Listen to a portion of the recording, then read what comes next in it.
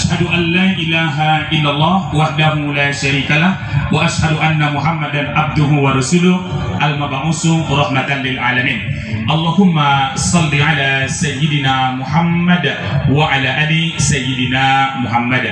Sama-sama kita muliakan Ketua Persatuan Nias Muslim Riau kepada Bapak Arisman Saleh Zai SE, yang mulia Bapak Ketua Panitia Bapak Al-Ustaz Ali Samanhulu Sarjana Pendidikan, yang mulia Bapak-bapak serta ibu-ibu, yang besar tak dihimbau gelar, yang kecil tak disebutkan nama. Insya Allah kita semua dimuliakan Allah Subhanahu wa Ta'ala. Amin ya Rabbal Alamin. Dan istimewa yang kita muliakan anak kita, adik kita, keponakan kita, protokol ini luar biasa. Baru latihan pagi sudah berani tampil di depan umum. Karena beliau tadi berpantun, terpaksa pantun beliau dibalas. Anak gadis sedang menyapu, dia menyapu di depan teras. Karena protokol bukan orang Melayu, maka berpantun menengok kertas. Alhamdulillah. Jamaah yang berbahagia, kita bersyukur kepada Allah dengan mengucapkan Alhamdulillahirabbil alamin. Di Al-Quran, di surat Ad-Duha, surat 93, nomor ayat yang ke-11, Allah berfirman, A'udzubillahi minasyaitonirrajim, Bismillahirrahmanirrahim. Wa amma bi ni'mati rabbika fahaddis. Dengan nikmat yang Allah kasih, maka tampakkanlah. Dengan nikmat yang Allah berikan, maka syukurilah. Orang bertanya, mana nikmat itu Pak Ustaz? Al-Quran menjawab itu. Nama suratnya An-Nahl, urutan surat yang ke-16, nomor ayat yang ke-18. Wa in ta'uddu ni'matallahi la tuhsuha. Jika engkau menghitung nikmat Allah, engkau tidak akan sanggup untuk menghitungnya. Innallaha laghafurur rahim. Sungguh Allah Maha Pengampun, sungguh Allah Maha Penyayang. Contoh nikmat lagi-lagi Allah contohkan di Al-Quran, di surat Az-Zariyat, surat yang ke-51, nomor ayat 21. Wa fi anfusikum afala tubsirun. Nikmat Allah ada dalam dirimu, apakah engkau tidak bisa melihat itu semua? Dan bahkan Bapak Ibu, Allah berjanji akan menambah kepada setiap insan yang mampu dan sanggup untuk bersyukur. Surat Ibrahim, surat yang ke-14, nomor ayat yang ke-7. Wa itta'azzana rabbukum. Ingatlah ketika Tuhanmu memaklumkan, la in syakartum la azidannakum. Jika engkau bersyukur, janji Allah akan menambah. Wala in kafartum inna adabi lasyadid. Ketika engkau kufur, adab Allah sangat pedih. Jadi maknanya, dengan bersyukur janji Allah akan menambah nikmat yang lain, dengan kufur nikmat adab Allah sangat pedih. Na'udzubillah. Saya berharap, berdoa mudah-mudahan kita menjadi abad dan syakura, hamba-hamba Allah yang bisa bersyukur. Amin ya Rabbal Alamin. Ini sengaja suara ini saya kuatkan supaya suara Ustadz tidak kalah dari yang di sebelah. Jadi mereka kuat, kita mainkan lebih kuat lagi. Jadi jamaah yang mulia, berselawat kepada Nabi. Allahumma salli ala sayyidina Muhammad wa ala ali sayyidina Muhammad. Di surat Al-Ahzab, surat yang ke-33 ayat 56. Innallaha, sesungguhnya Allah, wa malaikatahu, malaikat-malaikat Allah, yusalluna ala nabi, bersolawat kepada Nabi. Ya ayyuhalladzina amanu, wahai orang beriman, sallu alaih, bersolawatlah pada Nabi, wasallimu taslima, bersalamlah sebaik-baik salam. Mudah-mudahan kita semua mendapatkan syafaat al-uzma dari Nabi sallallahu alaihi wasallam. Amin ya Rabbal Alamin. Ceramah kita mulai jam 14.00. Ceramah ini satu babak sepak bola, 45 menit. Tema yang diberikan adalah kehidupan berkeluarga ala Rasul sallallahu alaihi wasallam. Akan Ustaz sampaikan selama 45 menit secara dalam dan tajam, setajam mulut tetangga. Jamaah yang berbahagia, peringatan kita, peringatan Maulid Nabi. Langsung ke inti ya, bapak-bapak dan ibu-ibu jamaah yang mulia. Jadi ayatnya sudah dibacakan oleh adik kita, namanya Susan. Itu mana? Sausan. Mohon maaf ya, selama ini Susan. Sampai di sini Sausan.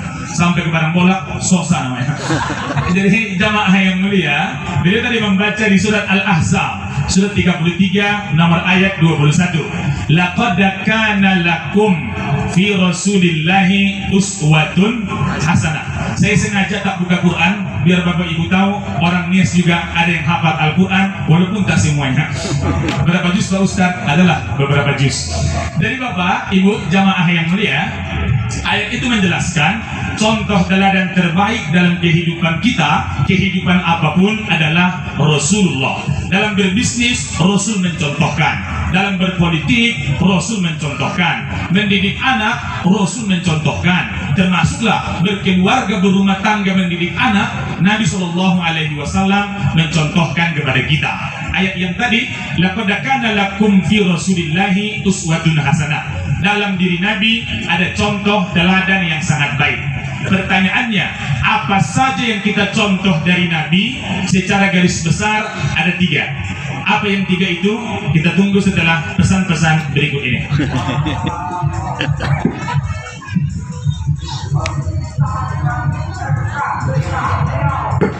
Alhamdulillah datang air putih, le mineral. Kenapa datang air putih? Rupanya karena alam maya harga gula mahal kata panitia. Jamaah yang berbahagia, bapak-bapak dan ibu-ibu yang saya muliakan, apa yang kita contoh dari Rasul Shallallahu Alaihi Wasallam? Yang pertama namanya akhlak. Ini nanti akan lebih luas. Pernah kita dengar mungkin ada namanya etika. Pernah mendengar kan? Etika. Ada yang kedua namanya sopan santun. Ada pula yang ketiga sering juga kita kenal namanya tata krama. Ada pula yang namanya akhlak. Bagaimana pandangan Islam terhadap ini? Yang pertama tadi etika, kebaikan yang orang lakukan karena tuntutan pekerjaan, karena tuntutan aturan. Kebaikan yang dilakukan itu namanya etika. Contoh, suatu saat anak ibu kuliah di UGM, Universitas Gajah Mada. Setelah selesai ada namanya acara wisuda. Itu dari bahasa Jawa, wisuda. Wisuda. Waktu acara wisuda, kita sebagai orang tua bangga. Anak lulusan UGM, kita bangga. Karena bangga, akhirnya ikutlah kita ke Yogyakarta untuk menghadiri wisuda. Karena ibu perempuan, naik pesawatnya pun perempuan.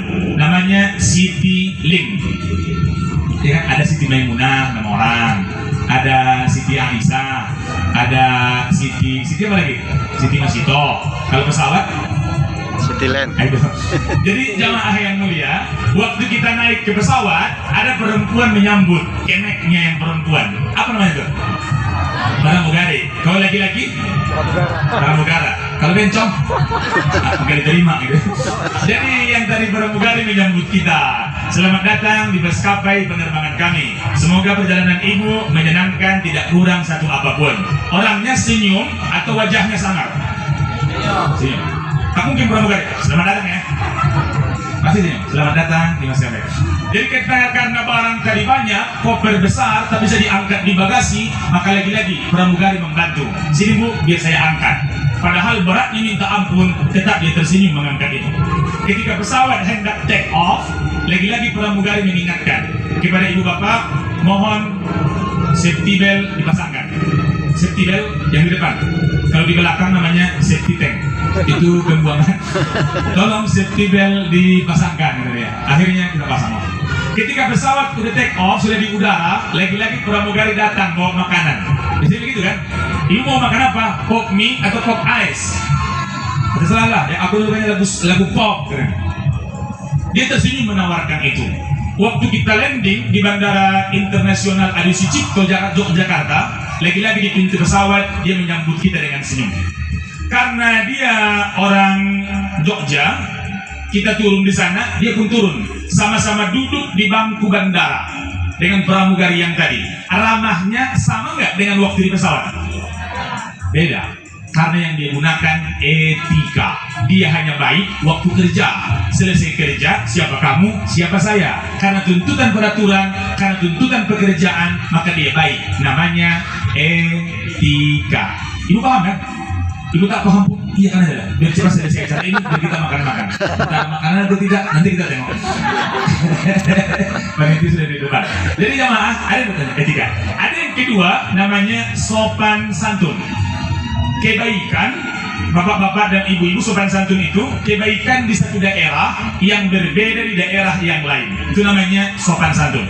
Contoh, ada namanya orang Sragen, Jawa Tengah, namanya Neneng namanya. Ketika dipanggil sama ibunya, "Nduk," kata dia, "Dalem." Gitu kan? Itu tidak berlaku bagi Marwan Simanung Khalid yang ada di Tarutung. Beda kayaknya. Marwan, "Iya Bang." Yang sopan yang mana?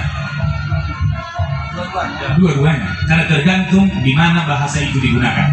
Kalau dibalik, dua-duanya tak baik. Dipanggil si nenek sama ibunya, "Nduk, iya Bang." Tidak sopan. Termasuk yang tadi yang di Tapanuli Utara, Simanung Khalid dipanggil sama ibunya, "Marwan." "Iya Nak." "Kau laki-laki, kau bencong, ngomong yang jelas." Jadi berbeda gaya, berbeda sopan santun. Jadi jangan mudah kita mengatakan engkau tidak sopan, engkau tidak etis. Beda. Tapi kalau ditanya, yang ketiga, apa itu akhlak? Dan itu yang mau kita bahas nanti. Akhlak itu perbuatan asli, tidak dibuat-buat, tidak direkayasa, tanpa ada berpura-pura, namanya akhlak. Kalau masih berpura-pura, tuntutan aturan, tuntutan pekerjaan, itu belum akhlak. Contoh, jamaah yang mulia, ibu terbiasa ngomong kotor kalau ngomong marah sama anak. Semua yang di kebun binatang di absennya semua. Dari huruf A, ayam, sampai Z, zebra, keluar semuanya. Ketika terpeleset di kamar mandi, refleks itu yang keluar. Pahami maksudnya? Dikagetin orang dari belakang, apa yang terbiasa kita ucapkan, itu yang keluar. Kenapa? Karena sudah mendarah daging. Karena akhlak itu yang asli tanpa dibuat-buat. Jadi kalau orang nanya, apa itu akhlak? Perbuatan asli, tanpa berpura-pura, tanpa dibuat-buat, itu yang disebut dengan akhlak. Dan akhlak itu terbagi dua. Ada akhlak yang baik, ada akhlak yang buruk. Contoh, ada orang kalau dibacakan Al-Quran, tenang dia. Ada orang tidak, kalau dibacakan Al-Quran, dia tak senang. Tapi kalau menyanyi, baru dia senang. Ibu lebih suka yang mana? Mendengarkan lagu, mendengarkan Quran? Kalau mendengarkan lagu di mobil, tenang gitu. Coba lihat jujur, di mobil lebih suka kita mendengar lagu atau ayat? Lagu lah. Mulai dari lagu India sampai lagu Korea, luar biasa. Dari kabigu si kabidam, kuci-kuci hotahe, kalhonaho, koi milgaya, taza-taza, kili-kili, biar kikastinme, semuanya pokoknya. Jadi bapak-bapak dan ibu-ibu jamaah yang mulia, akhlak itu sesuatu yang asli tanpa dibuat-buat. Kepada siapa kita berakhlak? Satu, akhlak kepada Allah Subhanahu wa Ta'ala. Bagaimana akhlak kepada Allah? Tidak menyekutukan Allah, berdoa berharap hanya kepada Allah. Bapak, ibu, kekecewaan itu sering datang karena terlalu banyak berharap pada manusia. Halo, ibu, kekecewaan itu sering tiba karena terlalu berharap banyak kepada manusia. Kalau Pak Panitia berharap di anggota agar ramai, kecewa beliau. Tapi kalau berharap kepada Allah, berapapun yang datang, tetap bersyukur karena tugas kita cuma mengajak dan menyampaikan. Nama suratnya An-Nahl, surat yang ke-16, nomor ayat 125. Uddu'u ila sabili rabbika bil hikmah. Ajaklah orang ke jalan Allah dengan cara yang bijaksana. Tugas kita cuma mengajak. Soal orang mau diajak atau tidak, bisa kita paksa. Dalam bahasa Koreanya, nehi. Jadi jamaah, tapi bisa kita paksa orang. Maka kepada Bapak Panitia, Bapak Ketua Umum, tugas kita cuma mengajak anggota sebanyak-banyaknya. Soal mereka mau atau tidak, tapi bisa kita paksa. Analoginya begini, Ibu, oh Ibu, suara Ustadz jelas? Jelas ya? Ada namanya Fir'aun namanya. Pernah dengar kan? Fir'aun itu raja yang sangat kejam. Allah suruhlah seorang nabi berdakwah kepada Fir'aun. Nama nabinya siapa? Nabi Musa. Masa Muhammad? Nabi Musa. Nabi Musa. Kira-kira apakah Allah sudah tahu atau belum bahwa Fir'aun tidak akan mau beriman? Udah tahu belum? Ulang-ulang ya. Tadi kan Allah menyuruh Nabi Musa berdakwah kepada Fir'aun. Waktu menyuruh, apakah Allah sudah tahu Fir'aun tidak akan mau beriman? Sudah. Kalau Allah sudah tahu, kenapa Nabi Musa masih disuruh? Analoginya begitu kan? Allah sudah tahu Fir'aun tak mau beriman, tapi ngapain Nabi Musa masih disuruh? Mengajarkan kepada kita. Tugas kita cuma menyampaikan. Tugas kita hanya mengajak. Soal orang mau diajak atau tidak, hidayah itu milik Allah Subhanahu wa ta'ala. Ada paman Nabi yang sangat jahat, namanya Abu Jahal. Pernah dengar kan? Abu artinya bapak, Jahal artinya bongak. Abu Jahal, ya bapak bodoh artinya itu. Serius. Abu Jahal punya besti namanya Abu Lahab. Abu artinya ayah, Lahab wajahnya merah karena sering marah. Jadi kalau suami ibu sering marah namanya Lahab. Emosi. Terlalu mudah ibu Abu Lahab kan. Jadi jamaah yang mulia, tapi ada yang baik. Paman Nabi itu namanya Abu Thalib. Menurut logika kita, apakah Nabi menginginkan pamannya masuk Islam? Ya. Iya atau tidak? Ya. Iya. Pamannya mau nggak? Ya. Tidak. Maka sampai meninggal, paman Nabi tidak masuk Islam. Nabi menangis dan bersedih. Turunlah ayat Al-Qasas surat 28 ayat 56. Innaka la tahdi man ahbabta. Sesungguhnya engkau wahai Nabi Muhammad tidak bisa memberikan hidayah bagi orang-orang yang kau cintai. Walakinallaha yahdi man yasha. Tapi Allah memberikan hidayah bagi orang-orang yang Dia kehendaki. Kepada Bapak Zaid, Saleh Zaid, dan kepada Bapak Ali Samanhulu, tadi kita menyampaikan di grup WA, misalnya di grup WA bahwa